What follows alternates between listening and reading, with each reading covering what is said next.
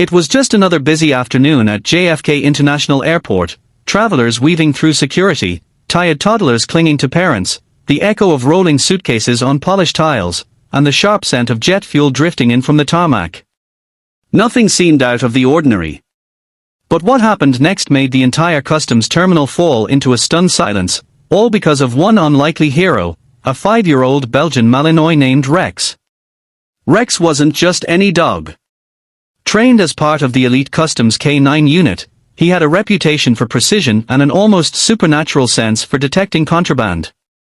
He had assisted in dozens of high-profile busts, hidden narcotics, smuggled cash, even endangered wildlife. But nothing had prepared his handler, Officer Dana Willis, for the discovery they were about to make. As the line of passengers inched forward, Rex stopped abruptly, his ears perking up, nose twitching.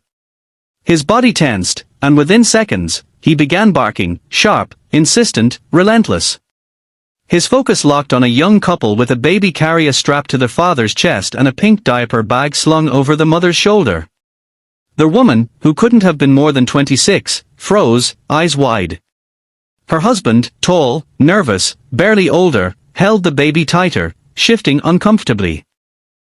Sir," Officer Willis stepped forward, voice calm but firm. "Is this your bag?" The mother nodded slowly. "Yes, is something wrong?" Before she could respond further, Rex barked again, louder. More urgent.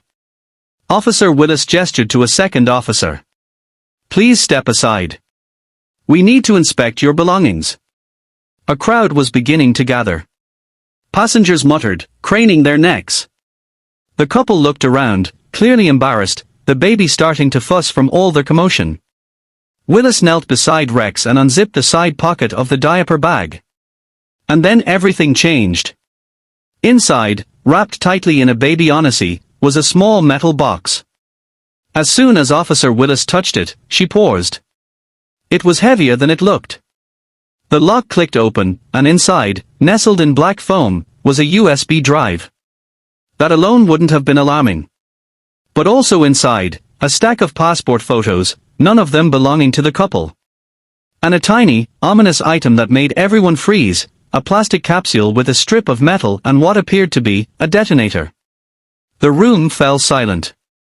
Immediately, backup was called. The family was separated and escorted to a secure holding area. The terminal was put on a partial lockdown. What followed was a whirlwind of interrogations, bomb squad analysis, and federal agents pouring in. But the real story, what made this moment unforgettable, was what lay beneath the surface. 2 weeks earlier. Layla and Marcus Holden were not criminals. They were desperate. Their 8-month-old baby, Aver, had been diagnosed with a rare heart condition, one that required a specialized surgery only available in Germany. The problem? The surgery cost nearly $300,000, and their insurance had denied coverage. They'd sold their car, taken out loans, even started a crowdfunding campaign. But they were still short by over half. Then came a man named Victor. They met him through a friend of a friend, a quiet man with a thick accent and a tailored suit. He claimed he could help. "I move things across borders," he had said bluntly. "Sometimes packages.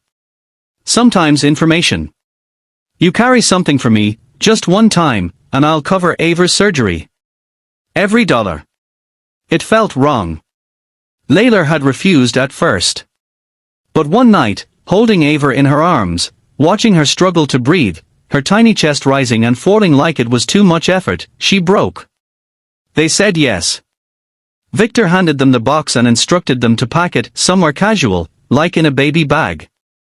No one would suspect a family. They had no idea what was really inside. Back at the airport, as federal agents examined the USB, what they discovered stunned them. It contained detailed schematics of security layouts for major U.S. airports, along with a list of names, customs agents, flight crew, even gate assignments. Someone had been planning something. Something big. And this unassuming young family had been the unwitting couriers. But the detonator-like device wasn't live. It was a mock-up, likely meant for intimidation or to test transportation routes before a real operation. Still, it was enough to trigger alarms at the highest level of Homeland Security. As Layla sobbed in the interrogation room, Officer Willis sat across from her. "I didn't know," Layla whispered. "I swear to God, I didn't know what we were carrying. Please, we were just trying to save our baby." Willis believed her. But law and policy weren't always forgiving. Then, something unexpected happened. The story hit the news. Not the scandalous version, but the real one. A mother and father caught in an impossible choice. A sick child. A criminal network exploiting desperation. Outrage flooded social media, not against Layla and Marcus, but in support of them. People rallied. Donations surged. Within 48 hours, Ava's surgery fund had exceeded the goal. The couple still faced consequences. There were charges, but they were reduced, and a judge allowed them to remain with Ava while awaiting trial. Victor, the real criminal, was arrested just 3 days later in a sting operation, thanks in part to the USB data. But it was Rex, the dog who wouldn't stop barking, who had turned the tide. 3 months later, Ava underwent her surgery in Germany and recovered beautifully. The family returned, changed but grateful. And on a sunny spring morning, they appeared at a press conference outside the customs unit in New York. Layla held Ava, now smiling and squirming with baby energy. Marcus stood beside her. And in front of them, wagging his tail, wearing a special medal on his collar, was Rex. Layla bent down, kissed the top of Rex's head, and whispered, "Thank you." The crowd clapped. Cameras flashed. Officer Willis gave a small speech, voice steady with emotion. This dog didn't just stop a threat, he saved a life. Probably more than one. He reminded us that heroes don't always come in uniform. Sometimes, they come with fur, a nose for danger, and a bark that demands we pay attention. This story is a reminder that behind every decision is a story we may never fully understand. It's also a tribute to the silent guardians among us, our four-legged heroes, who sniff out danger and protect without asking for anything in return.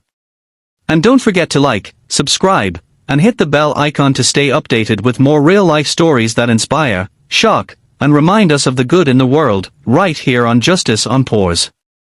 We honor the brave, both human and canine. Thank you for watching.